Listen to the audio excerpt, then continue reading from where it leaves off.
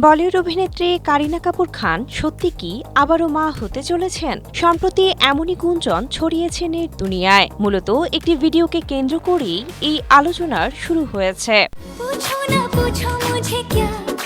Net দুনিয়ায় ঝড় তোলা সেই ভিডিওতে দেখা যায় কালো পোশাক পরে গাড়ির দিকে হাঁটছেন কারিনা। বাইরে তখন বৃষ্টি। এই সময় তার এক সহযোগী ছাতা ধরে অভিনেত্রীকে আড়াল করে গাড়ির দিকে নিয়ে যান। ভিডিওটির একটি অংশে কারিনার পেট কিছুটা স্ফীত দেখা যাওয়ায় নেটিজেনদের একাংশের ধারণা তিনি হয়তো অন্তঃসত্ত্বা। স্ট্রবেরি সুপার ডটেড ও ক্লাসিক ভ্যারিয়েন্ট সেন্সেশন জাগুক শিহরণ। সামাজিক যোগাযোগ মাধ্যমে কেউ কেউ দাবি করেন কারিনার পেটের গড়ন দেখে তাকে অন্তঃসত্ত্বা মনে হচ্ছে। তবে এসব জল্পনার কোনো ভিত্তি নেই বলে জানিয়েছেন কারিনার ঘনিষ্ঠ একজন। তিনি সরাসরি দাবি করেন যে কারিনা অন্তঃসত্ত্বা নন, খবরটি সত্য নয়। তাকাল্লুফ মত কিজিয়ে, বহুত শুকরিয়া।